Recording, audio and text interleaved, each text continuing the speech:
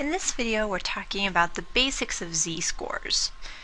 So we've already talked about the idea of a standard deviation.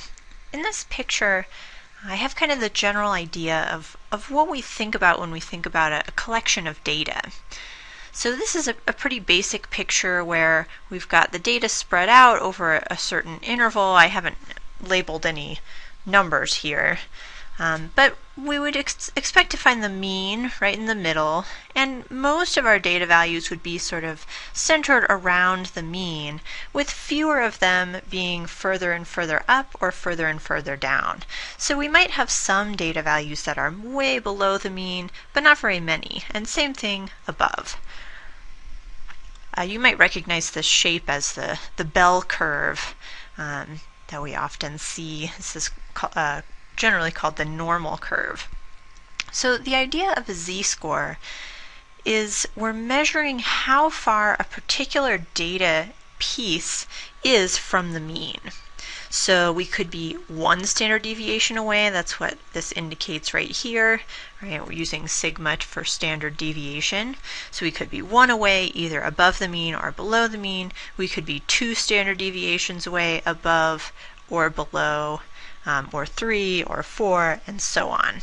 And a z-score is a measure of how many standard deviations away is your data point. So this is a little bit easier to understand if we have a particular example. So suppose we're looking at IQ scores. And generally speaking, IQ scores have a mean of 100 points. So the average IQ score is 100. That would be right in the middle.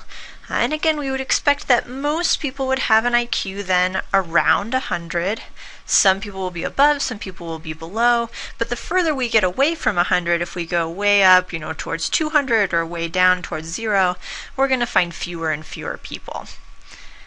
So if we're looking specifically at the IQ score 100, this would have a z-score of 0 because this is the mean. It's no standard deviations away.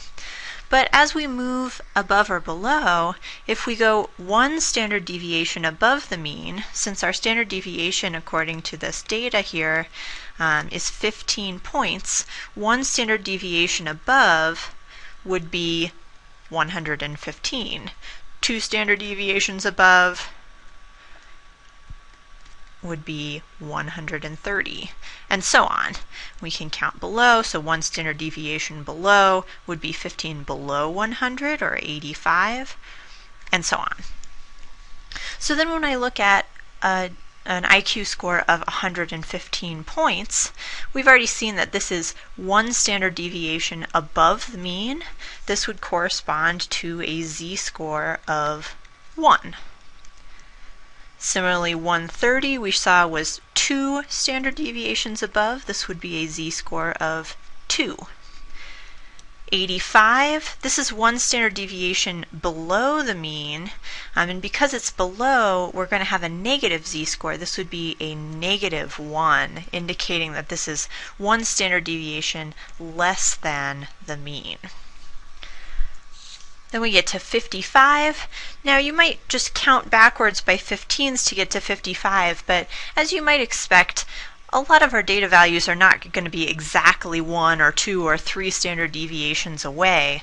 So we have a general formula to compute the z-score. There's two versions that I wrote down here, depending upon whether we're using the population notation or the sample notation. You'll notice that the mu is replaced by an x bar and the sigma is replaced by an s. So these are really the same thing, just using those two different versions of notation. So if we've got a data value, or in this case an IQ score of 55, we can compute the z-score by using this formula and say, okay, our data value is 55. We need to subtract our mean, right, to figure out how far away is it from the mean. Now in this case, 55 is less than 100, so that will come out to be negative. And then we're dividing by our standard deviation, or in this case 15, to say, okay, well this is less than 100, right? This is 45 less than 100, but how many 15s is that? right? In this case, this would come out to -3, and that would be our z-score, z equals -3.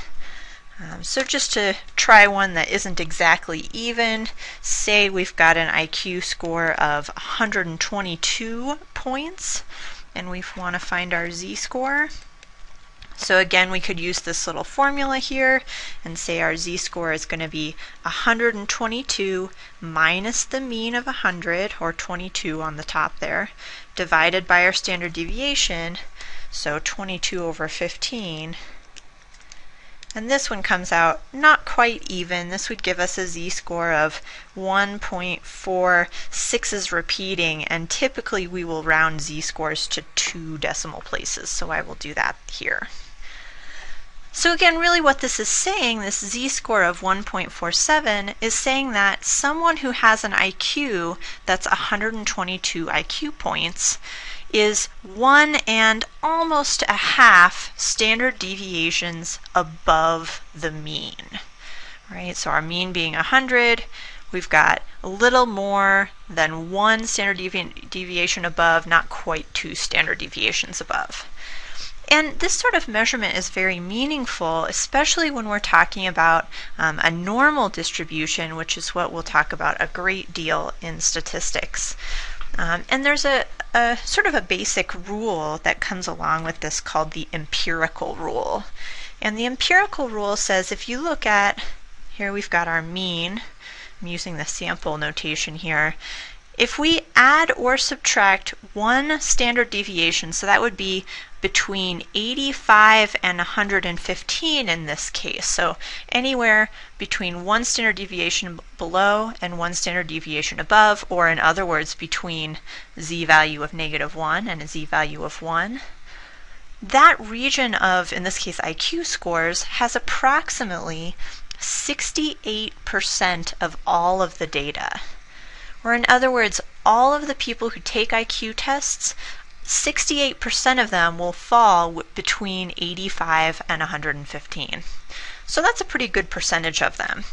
Of course, if we look even wider, so if we do 2 standard deviations on each side, so if we drop down as far as, this would be 70 down here, and then 130, this is 2 standard deviations above or below. If we have 2 standard deviations on either side of our mean, this has approximately 95% of the data. So 95% of people approximately will have an IQ between 70 and 130, meaning only 5% have IQ scores out sort of in this region above 130 or below 70 in the picture that we've drawn up here. And then the last piece of the empirical rule says if we go even further out to 3 standard deviations in each direction, that encompasses 99.7% of all of the data. So going beyond 3 standard deviations in one direction or another would be very unusual. Not very many people or data values would fall into that range. So the empirical rule just gives us kind of an idea of how these z-scores or how the spread using standard deviations looks. Generally speaking, and this is going to be important coming up, any z-score that's above 2 or below -2, so it could be 2.1, could be 3, could be -7, something like that, is considered to be unusual, right? So that would essentially be, based on that empirical rule, anything outside of that 95%. So that cutoff that we put at 2 standard deviations in each direction, these shaded people with an IQ below 70 or above 130 in this case, would be considered statistically unusual. So quick example here. We have a test subject that has an IQ of 68. Is this unusual? So this is our IQ value. Now the first thing that we should notice, of course, is that this is less than the mean. The mean was 100, so this person has a lower than average IQ score. But the question is, how low is it? Right? If it's just a little bit low, it might not be unusual. And we're going to make this determination by computing the z-score. So our mu is 100, our standard deviation was 15. So if we compute our z-score for the IQ score of 68, we're taking 68 minus our mean and then dividing by our standard deviation.